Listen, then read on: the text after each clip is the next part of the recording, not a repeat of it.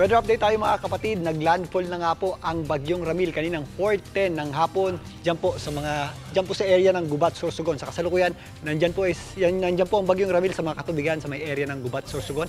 Bahagya po itong humina pero yan po ay nasa tropical storm category pa din ng Pag-asa na may taglay na lakas na hangin na umabot sa 65 kilometers per hour malapit sa kanyang gitna at kung minsan may mga pagbugsong umabot sa 90 kilometers per hour. Kung mapapansin nyo dito sa ating satellite image, ang malaking bahagi po ng ating bansa ay sakop ng mga kaulapan at mga pagulan. Ito pong bagyong Ramil at yung ating pinakamalalakas na hangin nito ay nandun po sa mga areas na dadaanan ng gitna or center nito. Ito pong bagyong Ramil ay kikilos, pakanluran ng mabagal at babaybayin itong Bicol region ngayong magdamag at posibleng bukas ng madaling araw. Yan po ay maglandfall sa isa sa mga isla dyan po sa area ng Pulilio at maaari po muli ang maglandfall dito sa Central Luzon, dyan po sa may area ng Aurora bukas ng umaga at tatawid po yan dito sa Central hanggang Northern Luzon.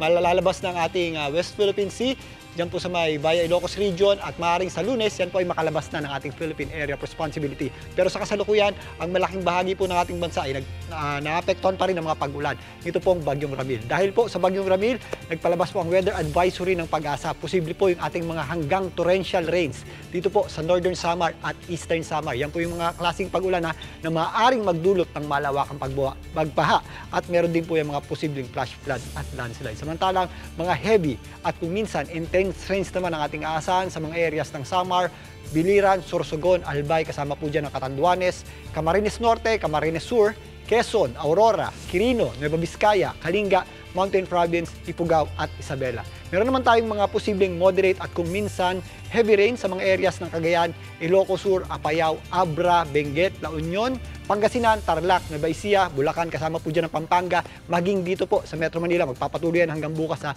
Rizal, Laguna, Oriental Mindoro, Marinduque, Romblon, Masbate, kasama po dyan ang Iloilo, Antique, Capiz, Aklan, Guimaras, Leyte, Southern Leyte, at area po ng Cebu, kasama na po dyan ang Negros Occidental. Dito nga sa Metro Manila, ngayong araw na ito, meron na po tayong nararanasan mga pagulan dulot ng bagyong Ramil. Pero bukas, mas mararamdaman pa po natin yan at meron din po tayong mga posibleng pabugso-bugsong hangin at kung minsan nga, meron din po tayong malalakas na pagulan. So paghandaan po natin yan sa mga may lakad bukas, galin pa rin po natin ang pagdadala ng payong at kung hindi naman po ganun ka-importante ang ating lakad, mag-stay na lamang po tayo sa bahay para tayo po ay maging safe. Muli, ako po ang inyong weather frontliner, Alvin Pura, na laging may panahon para sa iyo.